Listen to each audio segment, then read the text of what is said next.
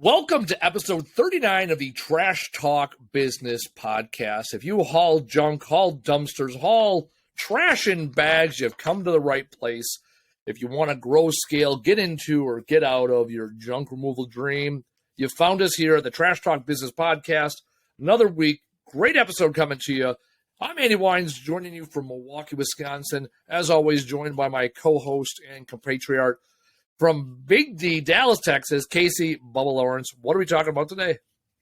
We're going to talk for 60 straight minutes about the Dallas Cowboys. Oh, my God.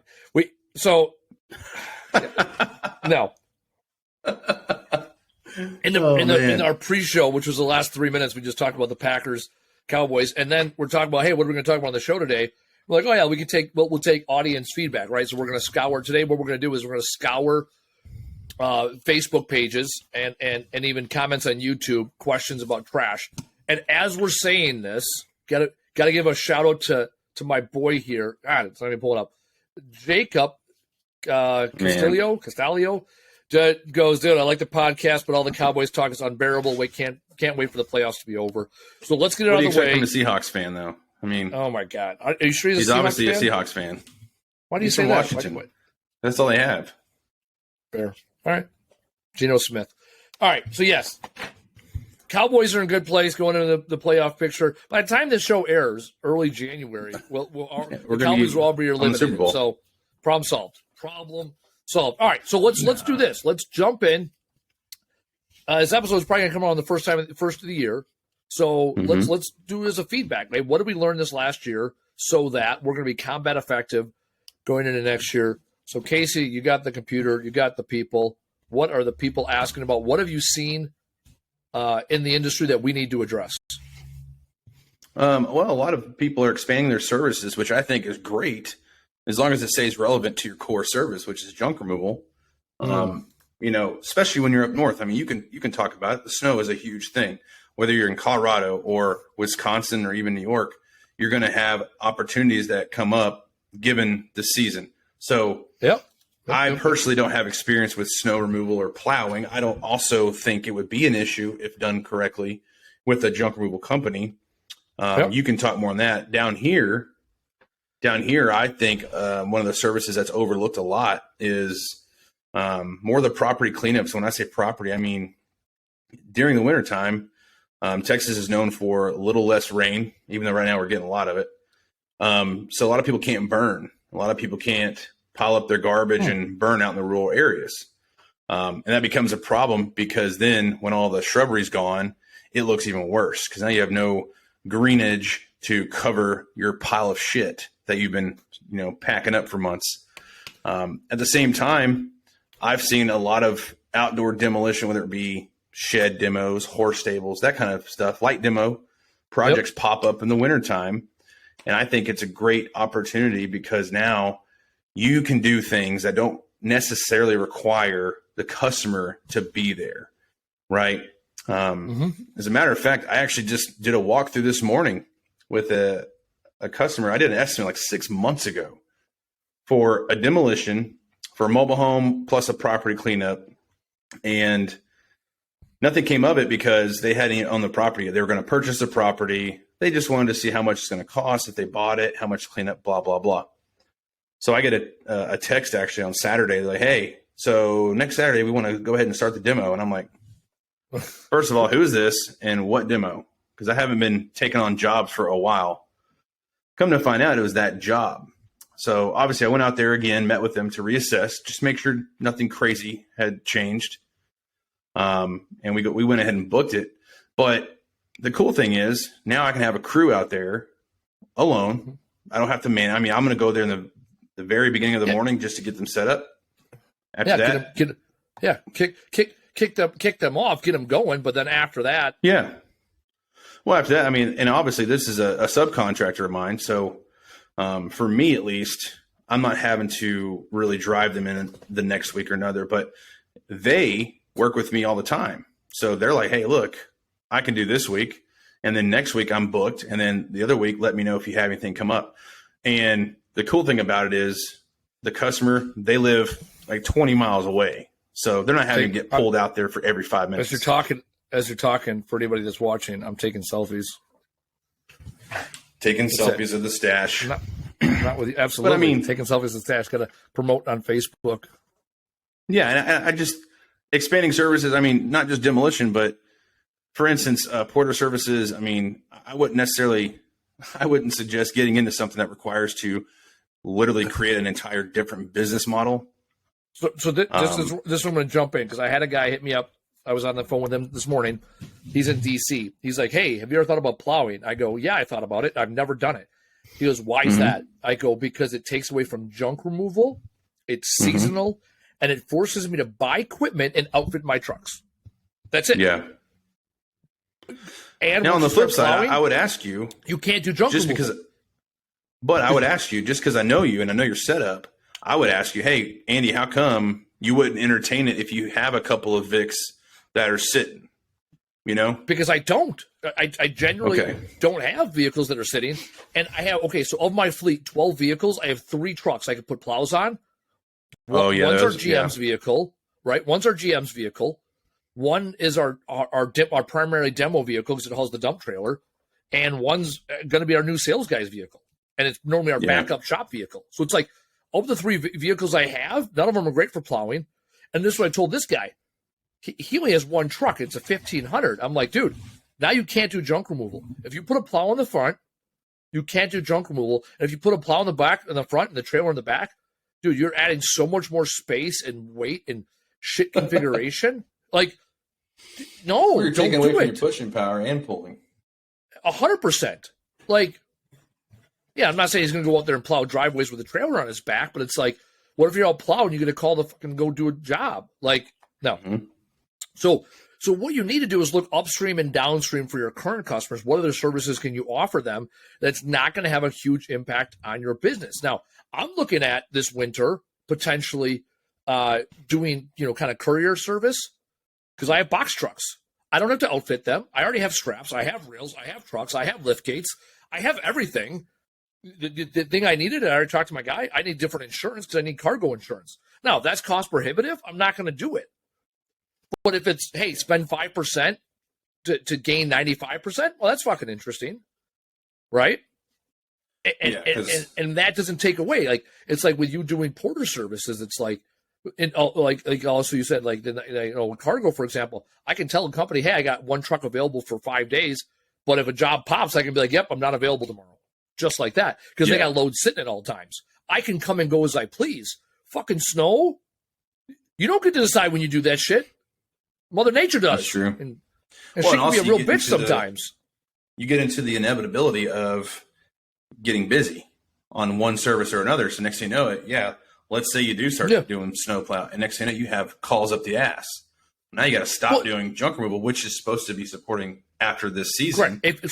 So that's it. If you're going to have a side hustle, it cannot prevent you from doing your main job. And like what you and I are both talking about is you have to have the flexibility. So like this time of year, we do a lot more demo because there's a lot more interior demo that happens in the winter in general. A lot of the guys that are, framing houses and do builds are now doing remodel, like basements and kitchens, bathrooms in the winter. And that's the seasonality of Wisconsin. And the north, a lot more remodeling happens in the winter. Normally it's like doors and windows in the summer, kitchens, baths in the winter. Whatever. So we got one last week where they hit us up. I'm not sure exactly, but it was a short turn for us to say yes. And we're like, hey, it's a 7-day project to complete gut of a 1,500 square foot house. It's a 7-day project for us. I'm like, give us 2 weeks to do it though. So now if I can get it done in 6 or 7 days straight, awesome. But I have 10. So now in the same token, like today, our estimator, I think that's 6 or 7 estimates today. If a couple of those pop hot and they're more advantageous, we're going to definitely put those in the front and we'll push the demo off. But that's because we set the expectation with the customer day one. We're like, hey, this is a 7-day project, but give me 10 working days to do it so I can adjust my teams. What are you looking at? You're doing math. You ain't the math guy. What are you doing? No. We just got a comment on one of our posts. It says, check the link. Just check the link, and this comes up when you go to the link. What does it say? No episodes found. Well, that's ridiculous. Taylor, figure that shit out. Taylor, unfuck things. Comment, respond to that guy. Oh, leave him a comment? No, we'll figure out. Do you hear what Casey said? Yeah. All right, figure that out. I get twitchy when shit doesn't work. See, that's how professional we are here. So also for the record, for all the junk removal companies out there, they're like, man, we fucked this up today, or that didn't go the right way. It's like, cool, but are you still in business? Yeah, like, that's it. Look at this man. podcast. We're sitting here bullshitting, and like people click, and there's no fucking new episode. Like, that ain't right. So for all you out there, if you're in business, you don't have a job, right? You got to work, but you ain't got a job. You're not working for somebody. You're doing more right than wrong. And on some days are survive days. You know, I sit here and talk about thriving. I talk about ideal conditions. I talk about the, kind of the best of times. Fact of the matter is, as an entrepreneur, you're gonna have the worst of times. Like last week, man. we got our asses kicked last week. I told my general manager, I was like, man, you're a really good fleet commander. Because at the end of the day, all he did was tactical, chasing around. Firefighting. Firefighting. That was it. Like, the one job, we told the customer a month ago, we cannot take out an oil tank. I have learned, do not fuck with oil tanks. Right? Did you do oil it, though? tank? Did you do it, though? Let me tell you something, Casey. We told them a month ago when we did their demo, we couldn't do it. The customer on whatever Wednesday last week was like, hey, told our guys were there to do the last of the demo cleanup. So we did demo cleanup. They're demoing it. We're cleaning up, whatever, no big deal. We go there. And she's like, hey, the guys last week weren't able to do the oil tank. Are you able to do it? Of course, my guy, Jerome, was like, yeah, we can do it. Notes were in the system saying, nope, we're not fucking with it. You look at the notes. He's like trying to help this lady out. So this is what happens. It's cut. It was cut free from the house, right? So we don't ever cut pipe. So in that regard, step one was fine. But step two is it's got to be drained. It's got to be drained. It's got to have holes in it. They go, oh yeah, we had it drained. Fine. So my guy cuts the pipes. They were already disconnected from the house, but cuts the pipes to make it shorter. And as they tip it, the little bit of oil that was left goes to the far end that had rusted out over the years because there was no oil there. So the far end had a little hole, got rusted because the water probably sat in there, whatever. Oil. So for the way us down the basement, all the way up the stairs. What kind of oil tank are you talking about? Oh, I'm talking like a 200-gallon heating oil tank. They had them in so we don't house. have those down here. I know, because y'all got so heating oil tank in the basement. Y'all don't got basements either. No. Point is, I already done learned my lesson on oil tanks. So what ends up happening? Oh, now we got oil in the house. Now we got to go get oil dry. Yeah. I send my GM because whenever we have a safety concern, oil, not a huge safety concern, but I don't want oil in my house. I don't want my customers. So he's got to go there. Then, of course, during the whole situation, we left the recip saw, the Milwaukee Sawzall. Shout out to Milwaukee, only four blocks away from us. They're owned by a fucking Chinese company now, anyhow. Whatever. So now the next day we got to go back, clean up the oil dry, and get the recip saw back. So now we got 3-4 hours of bullshit invested, and that was just one of many things. All week last week, our GM was chasing around being a fleet commander because that's the kind of week we had. Now today, he's running around banging estimates like he should, and we're waiting for us. We have a fleet commander, so our org chart is general manager, fleet commander, and then our team leaders and crew chiefs report to fleet commander. But that we have a guy coming on board in 2 weeks. 2 weeks, Jake. So this is an important lesson on just because you can do something doesn't mean you should. And correct. We would get this all the time. There's a lot of times we would be doing a job already, either a big job or whatever, and then the question would be like, well, since you're here, can you handle this? And it's not a question of can we, it's a question of are we? Because we would do a lot of outdoor clearing, you name it, and a lot of times we get faced with, hey, can y'all do construction, building a porch, fence, whatever? Could we? Probably, but we don't do that. Now, a lot of people think, oh, that's just extra money. It may look that way, but you're also extending your liability now and taking away from your business. It's extra revenue. And this is, I got to argue with somebody on Facebook last week about the WNBA, about how they wanted revenue share. And I was like, yeah, revenue share. No, they should ask for profit share. And there is no fucking profit in the WNBA.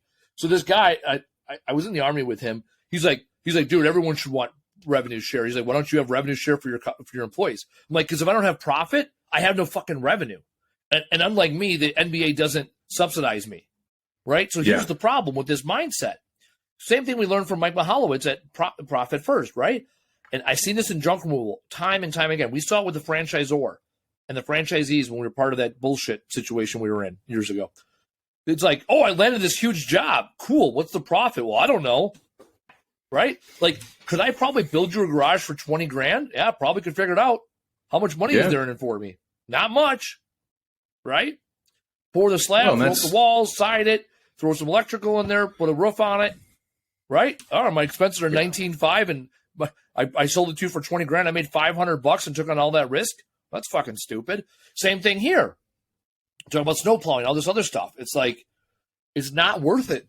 That is a scarcity mindset versus an abundance mindset, right? Where you're like, oh, there's not enough jobs. I got to offer more services. No. You got to be like, okay, hold on. I have an abundance of customers. How else can I serve them? Right? Or there's an abundance of opportunity within junk removal. It's nuanced, but there's the difference. Well, I did also look in the. Go ahead. Well, I got a question when you're done. This is where you look at if your service that you're offering, can it be offered year round? If you're going to add a service, because I tell everybody, I tell a lot of people I talk to, I recommend everyone in this business to at least start interior demolition. You're probably. I mean, I can almost guess you're going to get a shed or playground or whatever. But when it comes to demo, I always tell her, try to get into interior demolition first, and here's why. Yep. You already have the setup. Most people don't have the setup that you have, so you can go in there, bang it out, haul it away all in one swoop, where others are usually like, they're going to go in there and offer labor, that's it. And now they got to figure out the disposal part.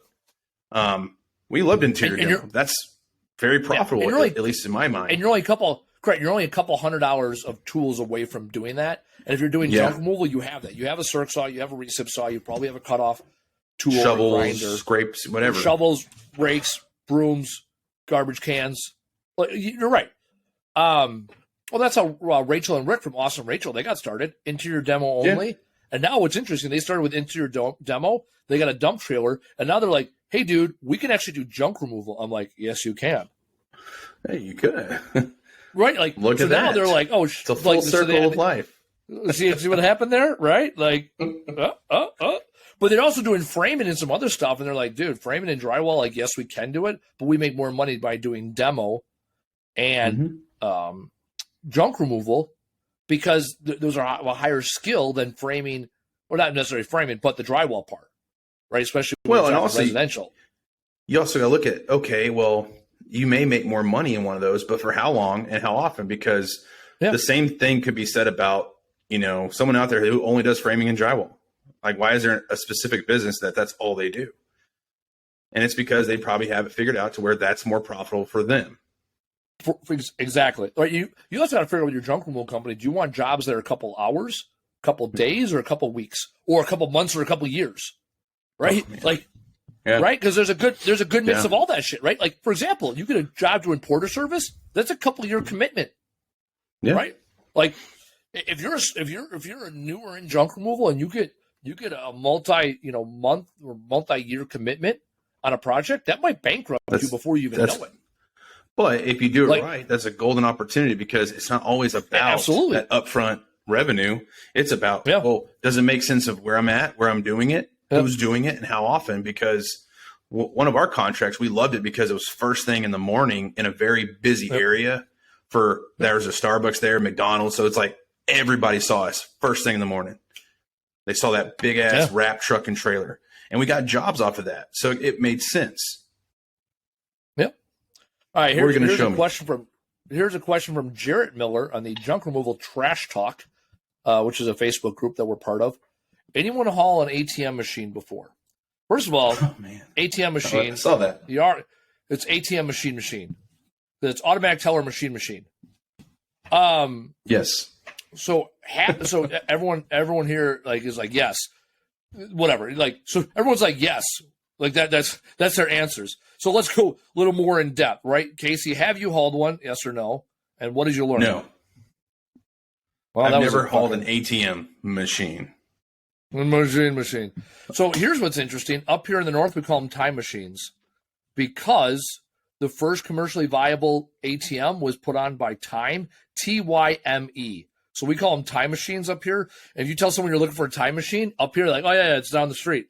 But if I said I'm looking for a time machine somewhere else in the country, they look at me like I'm crazy. I'm going to look that up real quick. All right. So, yes, I have hauled out ATM machines. There we go. The ATMs. Take your money anywhere. That's what time stood for. TYME. Take your money anywhere. It was based in Florida, Wisconsin, and on the UP of Michigan. So there you go. So if you are in Florida, Wisconsin, or the UP, and you said time machine, they know what you're talking about. For the rest of everybody, it also says Minnesota, Illinois.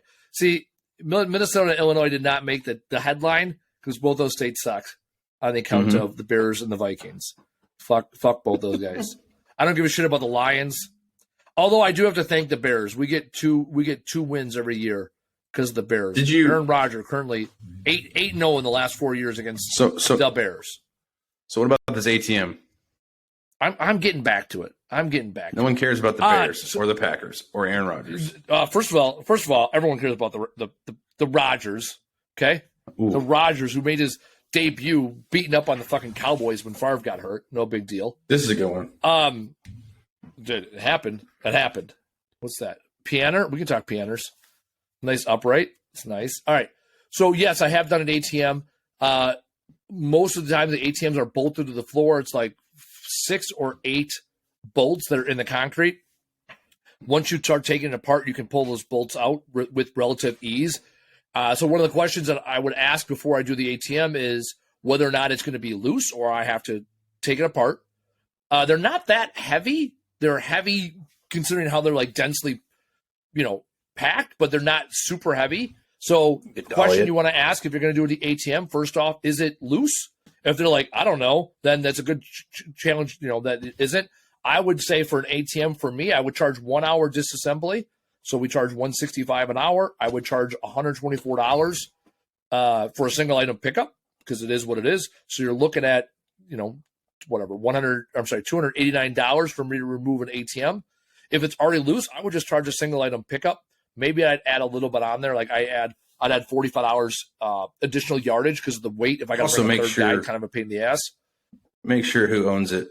You don't want to be stealing someone's ATM. Correct. So that was correct. The second question is who owns the ATM? Because a lot of times, like when you go to gas stations and things like that, they're owned by the gas station, but they could be leased by a third party or they could be owned by the bank, right? Yeah. So who owns ownership? Like I need someone to bless off on this thing before I take it out. And then the third thing is where can I take it? Historically, we've taken ATMs to the scrapyard. Because although they have some electrical components to them, they're mostly steel. That's it. Yeah. So there's a little bit of sand and powder in them. Depends. I've had some of the super cheap ones, like the freestanding ones, are just a steel shell. Yeah, you're right. The base might have. Yeah, dude. All the weight is up top. Like you can see why they can get ripped off. That's it. That's true. We've probably done a half dozen of them, and no, not once have there ever been money or anything legit ever. I've probably done 50 safes. I've probably done 50 safes. Never found anything decent, worthwhile. So, all right, Taylor just texted. The link is now working. So for anybody that's watching, a month ago we had an 2 issue. Months. Yeah, in a month from now when you're watching this, the link should be working. So the other thing was the piano. The reason I showed you that is because I, myself, tried almost every single way of disposing of pianos. And what I came up with, the best thing for me to do with a piano, if you have a machine already in your yard, is to crush it, trash it, take the metal. Or option B, like someone like Andy and his brother used to do, they'd make a piano bonfire. Jesus. Well, I got to bring up that old shit. Yes, because I think we burned awesome. 17 pianos one time. It's not worth it doing it by hand to take that metal out. At least I found. Don't call the EPA either. All that lacquer, not great. No, actually, what we do is we crush them with our forklift. So we'll crush it with the forklift, and if we can extract the harp. The biggest thing with the harp is if I can get most of the piano away from it, there's still going to be wood. I don't fuck with the strings. Actually, we put pianos in our rage room at one point, but if those strings come off, if you can cut them safely, problem is they're all under tension. Yeah. So doing it with a machine, at least it's far enough away. Pianos are a pain in the ass. What we used to do with pianos, we'd pick them up on our forklift. We have a 3-mast forklift, so we could get up to like 12 or 14 feet, and then we just let it roll off onto our concrete, and it boom. And then you pick up the pieces. We found another place that will take pianos here recently, but it's like anything else. You got to go out there and research. All right, next question. Taylor just texted this to me. Taylor put up on the group a while back. What are some things you wish you knew beforehand? Is this an art? Oh, that's that post. All right. So a couple things real quick. We're 25 after the hour. Shameless plug. We have moved ourselves onto our own VIP only. By VIP, all you got to do is invite yourself. The VIP Facebook group. But the goal is to have conversations that don't involve how much do I charge for this. So that's just, I'm throwing that out there. Just throwing it out there. All right. So let's get to this. This here in the junk removal trash talk. The first question actually was from Wave Riverist, who is a former franchisee. He got himself out of J-Dog on the account of it wasn't a good investment because they're a bunch of fucking liars. All right. Question is, what are some things you wish customers knew before they called you? And Wave was the first to comment what they want to get rid of. It always blew my mind that people didn't know. So yes, I'll answer this. Like that one's funny. I just read Wade's because he's a good fucking dude. Air Force veteran, which is pretty close to the military. So God bless him. So let's talk, Casey. Yeah, no, he was badass. Yeah. I mean, you and I were Army. Dude, these fucking safety glasses are money. All right. I keep the safety glasses here because I always forget them otherwise when I go down and shoot content on Mondays. Dude, these safety glasses and this mustache are fucking mint. So, anyways, for our female listeners, feel free to hop on the page and you can see a picture of me rocking safety glasses. I guess for the dudes too. I mean, whatever you're into. All right. So, Casey, what is something you wish customers knew before they called you? You know, honestly, I'm going to answer how. Yeah. Go ahead. Go ahead. So and I'm going to ask you how you prevent this. That's my goal. I love when I have an opportunity to not only inform but upsell my services to my customer. And what I mean by that is, in Wade's point, I wish they knew everything I wanted to get rid of. Well, here's why I don't necessarily wish that. Because when I get there and I'm doing a specific job, now I can add value to what I'm already doing by letting the customer know what else I can do, and it won't cost as much if I could do it all right now. As far as what I personally wish they would know, I think I wish they would know. I never had really bad experiences, man. I wish they would know to call me sooner, I guess you could say. I'll go cliche on this. Dude, cliche as fuck. Okay, so that's a super easy one for me to answer. How do they know to call you sooner? You got to get out there and market, baby. That's it. There you go. Yeah. And here's what I'm going to say to answer that question. Right? It's a great question. What do you wish customers would know ahead of time? Yeah. Listen to what your customers are asking you. That is the shit you got to put on social. So one of the other answers I heard, one of the other answers I saw right away when I was just scrolling quick was, I wish they knew we charged. Well, make it very apparent. Like, we're veteran owned. A lot of people are like, oh, do you work with veteran organizations? Yep. Okay, I have stuff to donate. Sounds good. I don't take donations. Nope. Right? And so what do you do there? Right? You change your fucking Google AdWords, right, and use donation as a negative keyword. I don't want people paying or clicking, which forces me to pay for them to call me for me to disappoint them. So look at that list. Actually, Taylor, come on back here with that list, right? Every single one of those answers is an opportunity. You got the list readily. All right, Taylor's clicking it. Every single one of those answers that you wish a customer would know is what the customer is telling you. Hey, this is what I didn't know about your company before. So, I mean, the generic answer is FAQ, but every one of these, okay, that we aren't free. That was the one. All right. That we have to make a profit. Absolutely. Hey, just so you know, we're a professional organization. We're licensed and insured, and that ain't fucking cheap. My time is valuable. Again, same thing. When you lean in on, hey, we're a professional organization, that sets the pace. Again, I'm not saying that you're not going to get shit customers, right? Their stuff isn't their stuff isn't good stuff 90% of the time. Again, marketed areas where they have more money than they have time. There's a simple one. We're not Goodwill. You're right. I'm not the $20 crackhead. Again, If you appear like a $20 crackhead, if your marketing and branding is just the same as trucking a fucking truck, then guess what? They're not gonna be able to differentiate. This guy, Matt, how to book their appointment online. We don't let people book appointments online We didn't either. for that exact reason. This one's good that we don't dispose of dead bodies. I didn't like customers dictating my schedule. I always 100%. Felt if you lose control of your schedule, you lose control of your business. Correct. Correct. So let's talk about that real quick. Let's talk about losing control of your schedule. You're dead fucking on right there, Casey. I don't allow customers to book their own times because operations is our strength.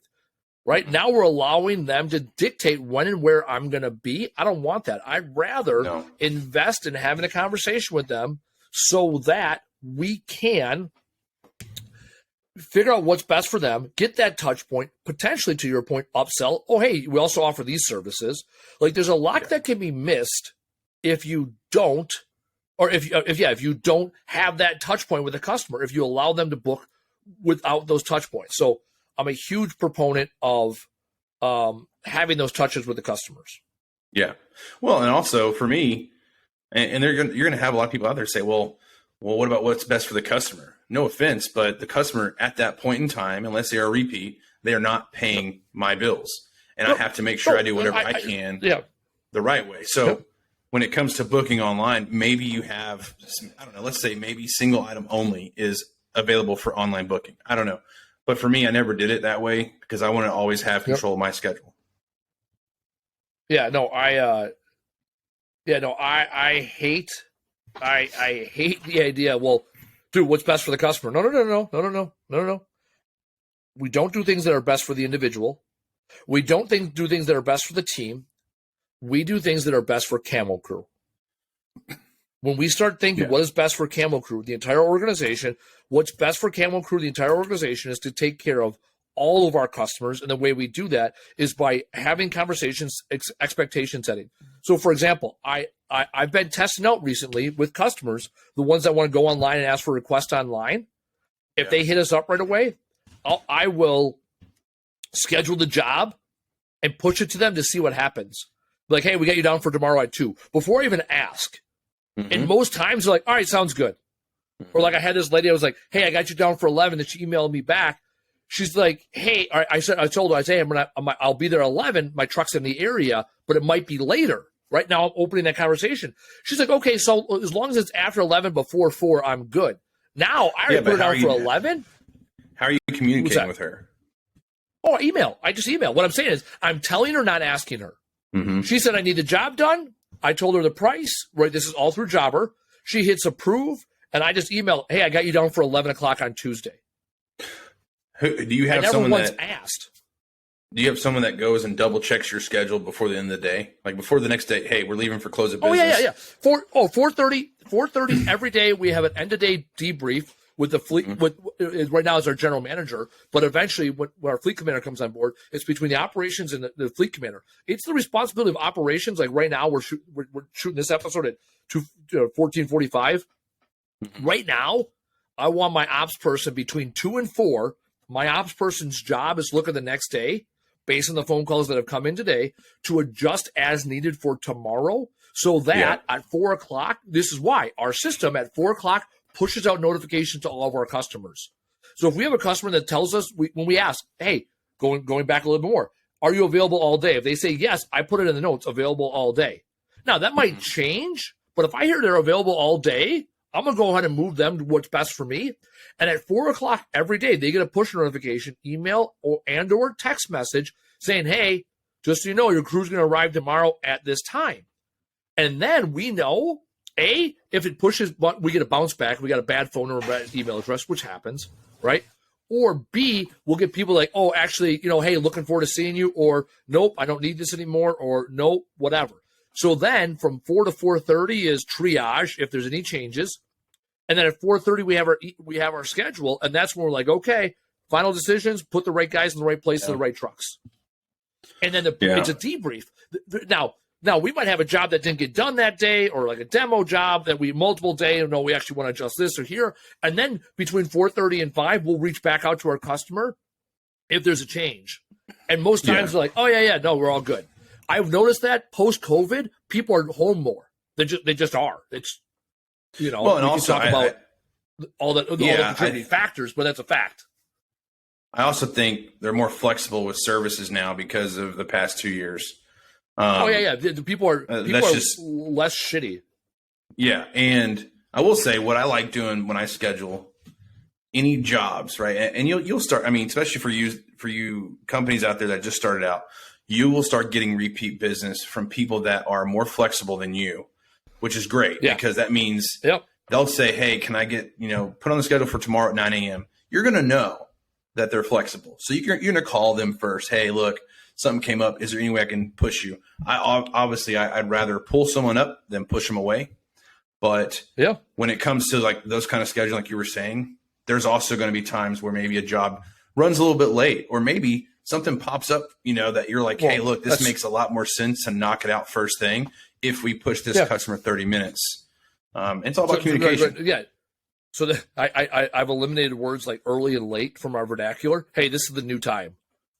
It changes things. It changes things with your customers also with your employees. If they're used to calling the customer 15 minutes prior to arrival every time, right? Or 15 minutes before their scheduled appointment, or the earliest known when you're going to be ours was there. like 30. Then when you're like, right, whatever, 30, exactly. Like within some level of error, right? Whatever the expectation is.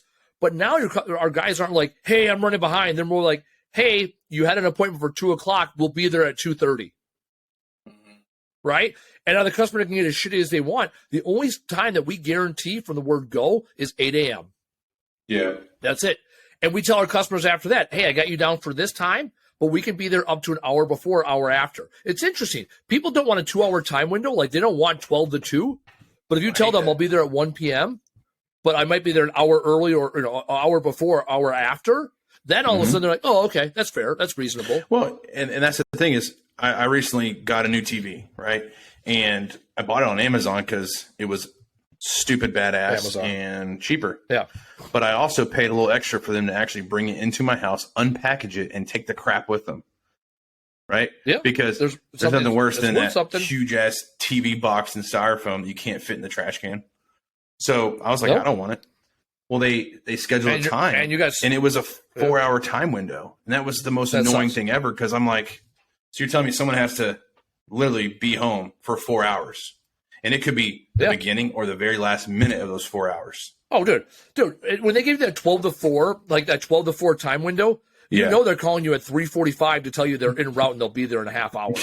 You know what I'm saying? Like, straight up, it sucks. But I think for us, we obviously you want to keep your guys as disciplined as possible and make sure they're on time, but. Yeah, I like the windows there. Shit happens. Like it does. This is the same, dude. I was having this conversation a couple months back with this woman I was dating, and she's like, "Well, why is it in junk removal? Like you can run early or late. Like why is it so difficult?" I'm like, the amount of variables. Like when you go to a restaurant, for example, if your food comes out early or late, there's only so many variables. Everything's contained within 4 walls. Or right, let's look at like you're talking about the Best Buys and delivery services in the world. Yeah, they're delivering material to you, so there's less variables. When you're picking material up, the variables increase significantly. We know this. Anyone listening to this podcast has had jobs that were bigger or smaller than first reported. Yeah. Right? We have times where there's a fucking domestic dispute. We had to break contact like a month ago because the husband and wife, the wife hired us, the fucking husband wasn't having it. Yeah. So we just military style, broke contact. When we estimated it, it was like 2 3/4, 3 trailer job. We got like the first trailer and a half, trailer and a quarter out, and everything was going smooth. And then all of a sudden we got to like this area of the house, like the basement. He's like, well, I have to go through this, and I have to go through this, and I have to go through this. Finally, our guys are at a snail's pace because they're doing like 1 box at a time. There's 4 fucking guys on a Friday afternoon. When you go we broke contact. Exactly. So like on that Friday, the guys were hyped because they're like, fuck it, it's 3 o'clock. We're getting out early. We thought we were going to be here till 5 o'clock, banging out and having to unload trailers. Right now, as a business owner, it sucks because you're like, whatever. But it's like there's no such thing as good news or bad news. There's new information. So I'm like, you know what? Guys got off early on a Friday. They were happy. We're not going to book another fucking job. We're going to drive on. Like it's not our fault, or it's not about fault, right? It's not our fault, quote unquote, that the customer wasn't ready, but now it's our responsibility to take care of our guys and the customer. And the best thing we could do in that situation was pull off and break contact. So speaking of that, we also had a rule that we implemented, and some may not agree with this, and that's fine. Their mindset just has to be altered a little bit. We did not schedule past a certain time each day. Now on Friday, Fridays was our biggest, or Saturdays was our biggest time. For me personally, I had usually half crew come in on Saturdays, and I wanted them to have a good day. Does that mean all day? No. Does that mean a lot of jobs? Not necessarily. I wanted a good day, as in we all get to go home at a good time. A good time to me is, hey, look, we worked from 8 to 4, and we knocked out some good jobs, made some good money. Let's call it a day. Great. You don't book anything after 2 p.m. because you got to love that drive by. Exactly. Yeah. Now, Fridays, same thing. Fridays, we usually didn't book anything after 4 unless it was a single item, and that also depended on the location. Yep. But you do see some people go out there, they're banging out jobs at night, 8 a.m. or 8 p.m., 9 p.m. That's just, look, it doesn't work for us. That's not how we roll. Doesn't mean it's bad, but for us, it's not. So we don't do Saturday. So we don't do Saturdays anymore. We stopped doing Saturdays. Yep. We stopped doing Saturdays after the pandemic because the need for them was less. The need is less. Really? Almost no Saturday. If I look back at our calendar for this last year, there's probably 4 Saturdays we worked, and almost every Saturday we worked, it was a situation where people were out of town. They were coming in town on Friday, multi-trailer, one single job. Pre-pandemic, we used to run 2 or 3 trucks. We'd run half staff. So our guys would, if they worked Saturday, they would get off a day during the week. And then basically we had an A team and a B team. So it was an A Saturday or a B Saturday, So back then we were running 5 or 6 trucks a day. So we normally run 2 or 3 trucks on a Saturday. So it would be half staff. And then it was like, we would not schedule any jobs after 2 p.m. So basically 8 to 2. And we would not schedule multi-trailer jobs unless they started at 8 a.m. So we wouldn't start a multi-trailer job at like 10 or 2 or 10 or 10 or 11 or whatever. Interestingly enough, it's amazing how many jobs you do during the week, Monday through Friday. Yeah. And during business hours, and people are always home at some point or another. Someone is going to be home. Dude, they figured out, and post-pandemic, it's been even better. So now what we've done on Saturdays is every other Saturday we do the e-waste drives. And at first I had a couple guys that were like, "Oh, this sucks," blah blah blah. But I pay them cash. Is that awesome? Because we get cash from every other Saturday. We did 12 e-waste drives this year. I mean, does every other week does that like net you enough volume to make it worth it? Dude, I got so much fucking e-waste this last year. Oh yeah, really? Dude, we'll see. Oh, yeah. I mean, we had a couple events where it'd be either poor promotion or waste, and we get like 40, 50 cars that came through. But most of our events were 250 plus cars. So our last event was 385 cars. We filled up 4 24-foot box trucks of e-waste. Golly. Like, I think it ended up being 18 or 19,000 pounds of e-waste. So how many people do you have on the clock right there? 4 people. Plus we have 4 to 6, maybe 10 realtor volunteers that are at the real estate agency. And then we also partner with an IT company. We normally get 2 volunteers from them. So when it's all said and done, we can have 16, maybe 20 people there. Hell, the last one what are you guys doing? One of the real estate, they're loading the trucks. So our guys will take it out of the car and put it on our trucks. The IT company will also help us take it out of the car. But the realtors are directing traffic, talking to people. I mean, literally, traffic. I mean, you have 350 cars that show up in a 4-hour period. You got to make sure no one gets hit. Like that. Seriously, that's like 3-4 people. They're like, and hey, realtors park here. are people, Put them in front of the people. They can point. Oh yeah, and the one real estate agency, we brought our mascot one time, and they're like, hey, can you bring the mascot next time? We're like, we don't have anyone that. We don't have another body. They're like, dude, we put like this 13, 14-year-old kid in the mascot. The best 4 hours of his week. He just went rowdy. Because, dude, have you ever been a mascot? When I worked for a radio station back in the day, I used to be the ticket gorilla. So I can tell you, seriously, I was a ticket gorilla. I would go around Milwaukee, FM 102.1, independent alternative radio. I was AFW, naturally, right, on the air. And anyways, for promotions and shit, I would be the ticket gorilla. So it'd be like a Thursday afternoon. I would put this gorilla suit on, and we would go around Milwaukee. This is like pre-Facebook days, or like Facebook wasn't like a thing yet. And you'd call on the radio and be like, "Hey, I'm at Atomic Records or Atomic Tattoo, like record stores or fucking tattoo shops." Or we'd go to like, "I'm at this fucking bank," and people would fucking roll up on me, and I'd be like, at an intersection of the fucking gorilla suit, looking for tickets and bumper stickers. Monica was the Robin for Red Robin. Red Robin. What the fuck's the Robin the bird? Yeah. Or what the fuck? Well, there's a whole account. Red Robin the mascot. Yeah. I could not see her doing that. Me neither. She seems way too. It was when she was like 16 or something. Dude, she said. I didn't even know that. I didn't even know the. That's funny, dude. That is. Yeah, I could not see her doing that because she seems like she has standards. That's it. Like, she doesn't like talk about me it. doing. No, like me being the ticket gorilla.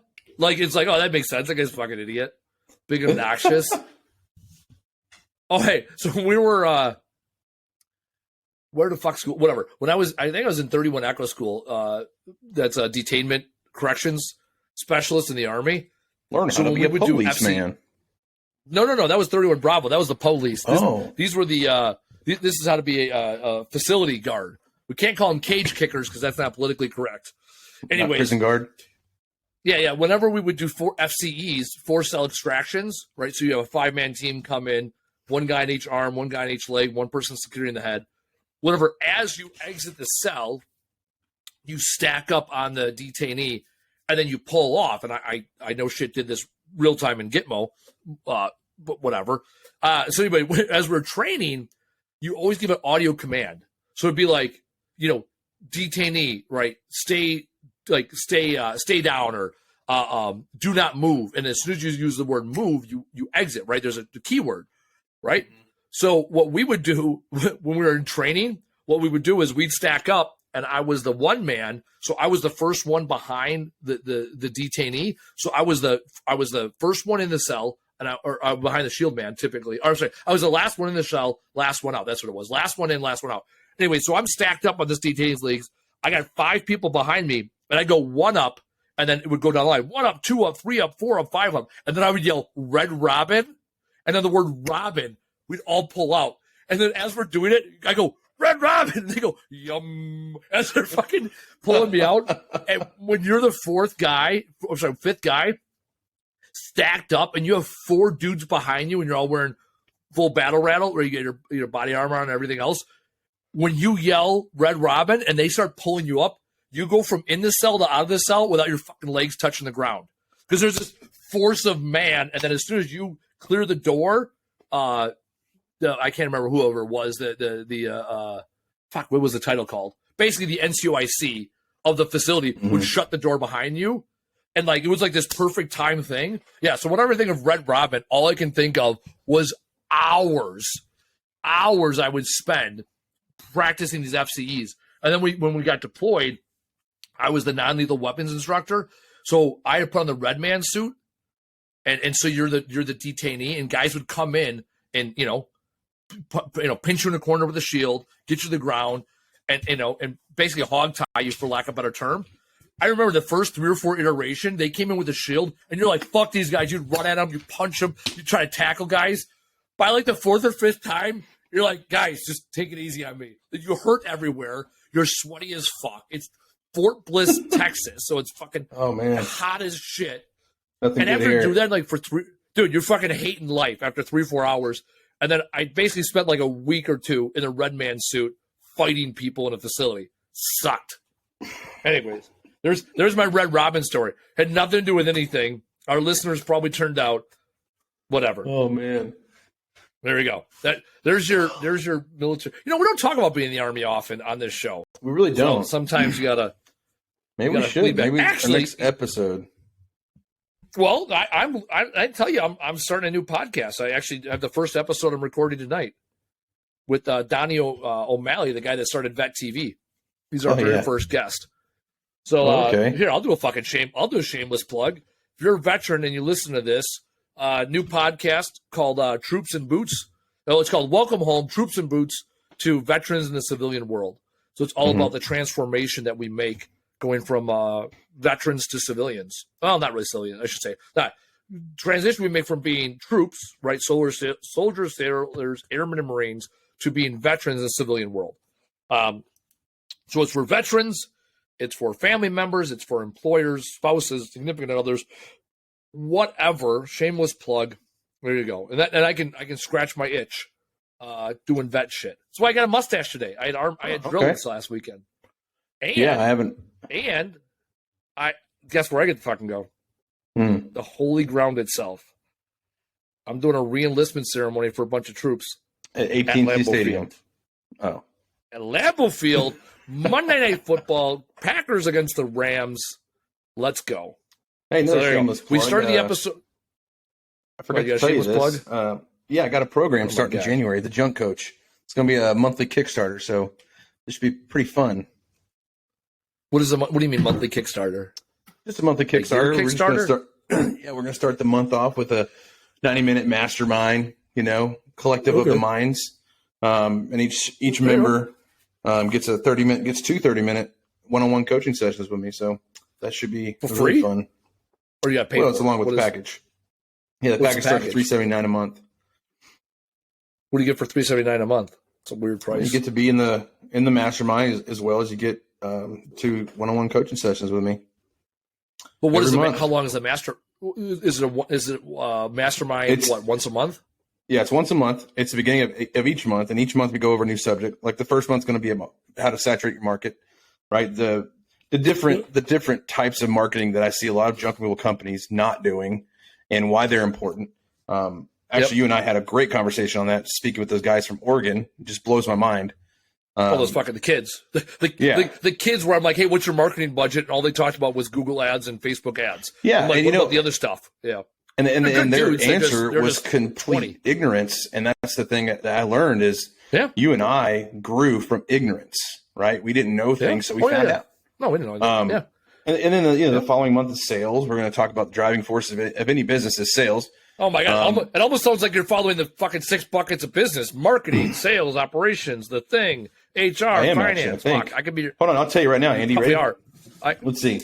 Let's see. January. Those are the 6 buckets. Marketing. February. Sales. March. Dude. People. April. That's HR. April. Expanding services. May. Delegation. And then to top it all off, time management. See, that's first of all, fucking hate it. I hate time management. It's not time management. It's priority management. You can't manage your time. No, seriously. This is a mindset shit. Well, here's why it's time management. Because it's not just for the owner. It's not time. It's not just for the business owner. No. How do you prioritize your guys' priorities? Oh, you mean how do you prioritize? That's better. It's better. Prioritize your priorities. No, I'm asking you for your team. How do I? Yeah. No, I mean, if your team has priorities, you have to now list the priorities. Prioritize their priorities. Yeah, we do it every day. And they have to match your priorities. Now, it's hard to do that sometimes. Not mine. And a lot of people, organizations, for the most part, for the most part, everybody's excuse, the number one excuse for not doing anything is I don't have time. I don't have the time. Correct. No, correct. But that's bullshit. They didn't make it a priority. That's it. Exactly. That's as simple as it is. Okay, well, you called the fucking class time management, and that's what got me twitchy. So I'm not wrong. Look at I see number one. Dude, number one, priority list. Look, right after you said time management. Because it clicks better. Jeez. No, it doesn't. Yeah, it does. Because you get an asshole like me that's like, hey, dude, we all got the same 168 hours in the week. Yeah. We all get 1 second at a time. So fuck your time management. I can't manage time. It keeps on clicking. Here's how you manage your time. Make a priority list. Like get your priorities together. See? Look how much time you wasted by saying time management, right? We should have managed it better. Priority management.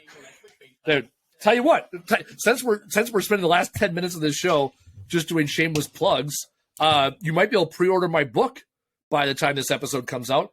It's called Words Fucking Matter. No, 90% written. It's on the editing phase, but the book is called Words Fucking Matter. Use language that serves you. And you know what? We don't use the word time management in the book because it's not a good use of our time. Andy, here's the problem. Here's the first problem I see about your book. Listen, all right? After reading your book, I've concluded that you have a problem with so many words that you're going to be very limited on your book. Yeah.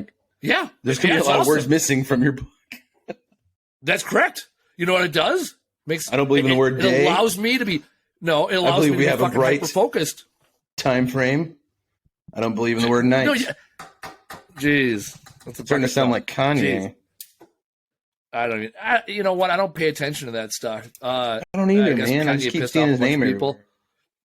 Yeah, all I know is they keep putting. All I know is NFL memes. That I understand. Yes. Like Watson's a terrible person. Hey, you know what? I appreciate you sending me that TikTok on how the NFL is rigged. I know. With the Green Bay game. I did. I was like, you know what? It goes both ways. I mean, the Packers beat the Cowboys. I didn't say it was or wasn't rigged. I'm throwing it out there. Was there? I think it's been rigged for a long time. TikTok. Yeah. Because Vegas has more money than anybody else. That's the key, right? Do what's good for Vegas. Yeah. Speaking of Vegas, I'm going to the happy last night again. Another fucking shameless plug. Reverse Logistics. What is it? Association. I think that's what it is. I'm going to their conference in what do you call it? In the 19th annual. There it is. 19th annual RLA conference and expo, Las Vegas in 2023. Join us February 6th through the 8th. Did not get paid for this, but I will be there in case anybody wants to throw some money on the tables in Vegas. I don't know where I'm staying. But you know what? We threw it out there telling people we're going to be at the Junk Con conference, and then people came and found us. So if you want to hang out with me, February 6th through the 8th, I will be there in Las Vegas, RLA, Reverse Logistics. That's really if you want to get into recycling and reverse logistics, right? Reverse logistics is, okay, now I have stuff. I was about to ask you what exactly is it going to be about? So, well, these are companies that are way beyond my knowledge. Like they'll buy return product, and then how do you get that return product back into consumers' hands potentially? So this is, this is so much more than what I do, right? I mean, when is it related comes to like liquidating companies?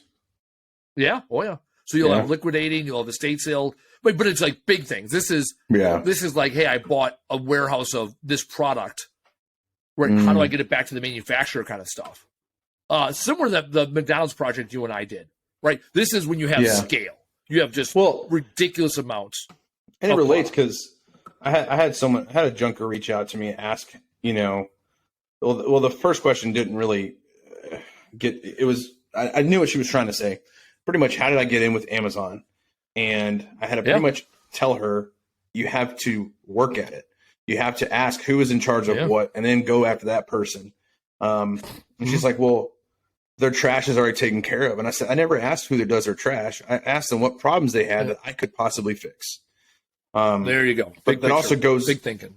Yeah, because I was like, how do you think the Big Blue Company has a contract with Costco? Was that chick, the dumpster company that we interviewed? No, it was someone else. Oh.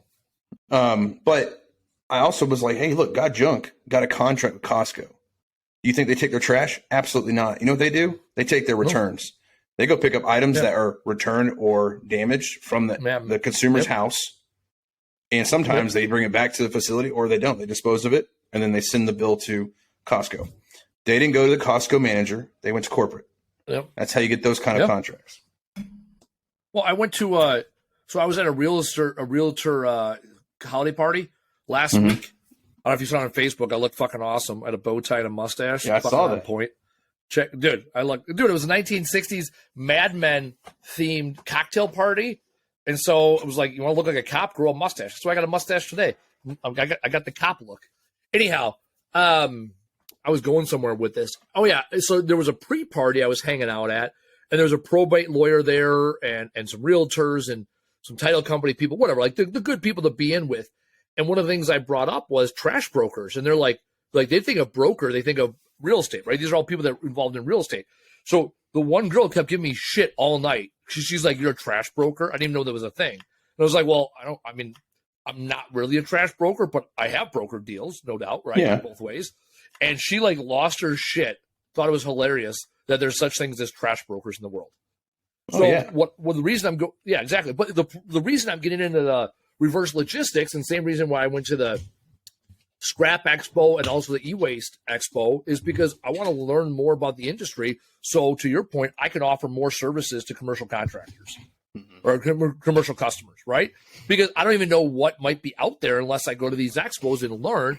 And then I can figure it out. Like when I went to the Waste Expo last year, like it was mostly for big fuck off trash trucks. And it's like, yeah, I don't want to do that. I don't want to do roll-offs, right? But there is parts of this, like, what do I want to do? Oh, I would do porter services. I already do bulk pickup, right? So again, Well, it's I'm also, not trying to be it's everything more to everybody. you learning, even if you're learning what you don't want to get into, you're learning.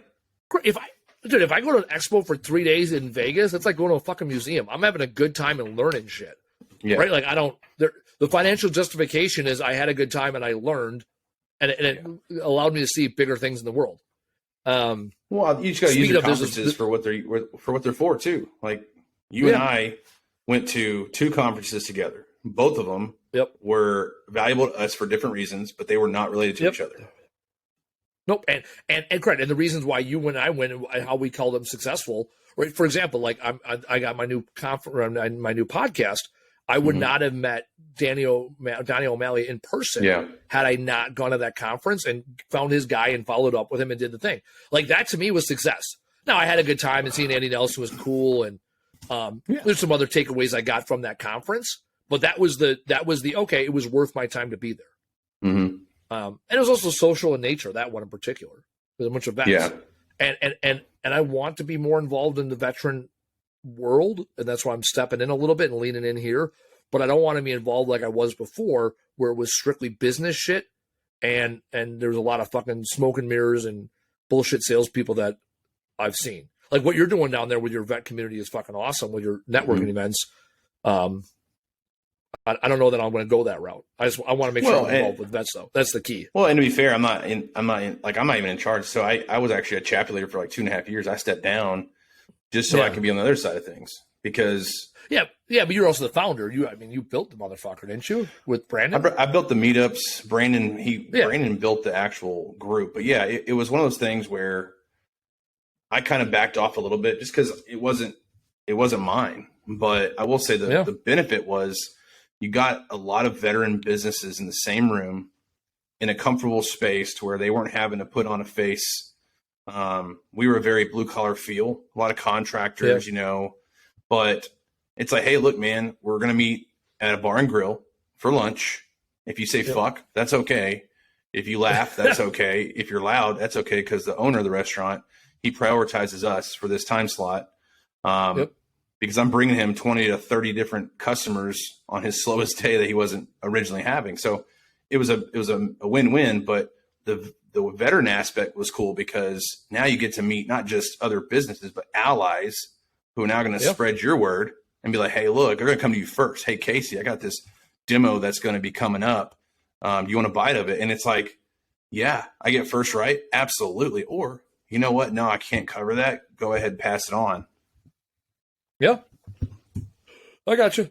All right. Well, I think we answered like 3 questions today. Yeah. I don't know. We bullshitted though. This was a good episode. I enjoyed this episode. I'll do my reflection points if you want to call it that. What'd you learn? Just to sit back and bullshit, and let the conversation go because this is the good stuff, right? Like, I'll leave our listeners with this, right? Wherever you are in your junk removal dream right now, you got to take a minute every now and then to sit back and bullshit with somebody else that's in the field, because these are the good old days. I've been in this hustle for 13 years, 6 years full time, and some capacity, 2-year break in service, no big deal. And what I've learned is you don't realize how much you're learning along the way. So it's good that you have these check-ins with yourself and your strategic partners and your team so that you don't miss these moments. The last thing you want to do is wake up 10 years from now and say, okay, what was it all for? And what did we learn? Do we do our check-ins and learn along the way? So check in with yourself, listen to the podcast. You've already made it an hour plus. Listen to the podcast, share your best practices with others. Get on the Facebook group, the Trash Talk Business Podcast Facebook group, where we want to have deeper, more insightful conversations, encouraging a higher level of professionalism within our industry, because we love our industry and we want to make it better, but it starts with us on the front lines. Casey, what are your top takeaways from today? Well, I mean, exactly what you said. So we actually, Facebook, for instance, the cool thing about it is they remind you about memories throughout your lifetime on Facebook. And lately I've been getting a lot of just random memories popping up from the J-Dog years from when I was running and gunning. And I miss those days because it had nothing to do with the politics behind the brand, the issues I was personally having with them. It had everything to do with how I was reaching my customers, the fun we were having, the work we were doing, the creativity behind it too, because like when we built our yard, like it was just an acre of trees and mud and grass and nothing. And then the memory came up, oh, hey, this was 4 years ago. And it showed we had just cleared it, just put the culvert in, just put the asphalt down, the crushed asphalt. And I was like, those were fun times. I remember those days. And it was raining. And I remember how shitty it was. But I was like, man, I miss them, you know? And even this morning, going and walking with that customer, I sent you pictures of that mobile home demo. Yeah. Because I'm walking around, I'm like, yeah, this is good stuff. Like this right here gets me pumped. Like all this shit, we're gonna do all this work, and it's just cool to be mindful of these days you're out there in the field doing things. There's going to be a time where you as a business owner are going to be away from this shit like that, and you're going to start saying, well, fuck, man, it's been a while since I've been in front of a customer, or I've been out on a job site, or it's been raining like shit, and I'm knee high in mud getting work done with guys, right? Those are the times to remember and reflect on. And those are my best moments, I think, even from the infantry days, dude. The shitty times. Embrace the suck, right? No one ever remembers the meals that started with a fucking salad, right? They remember the shit sandwiches. That's it, right? You remember the shit sandwiches. When everything goes smooth, there's nothing worth remembering. All right, well, this has been fun. This has been real. It's been real fun. Episode 39. We're coming up on 40 episodes. 40 episodes, about 9 months of us farting around doing this. We love having our listeners. We appreciate you guys supporting us and being here. We do this so you guys have the knowledge and information that we have had. We give it away for free. Here's the place to find it. Join us on the Facebook group. Feel free to reach out to us individually. Casey's got his new junk coach program starting, so lean in on him. He'd love to sell you his services so that you can grow and do the junk removal dream that you've always dreamed of. I'm Andy Weins. He's Casey Bubba Lawrence. This has been another great week, and we'll see you next week.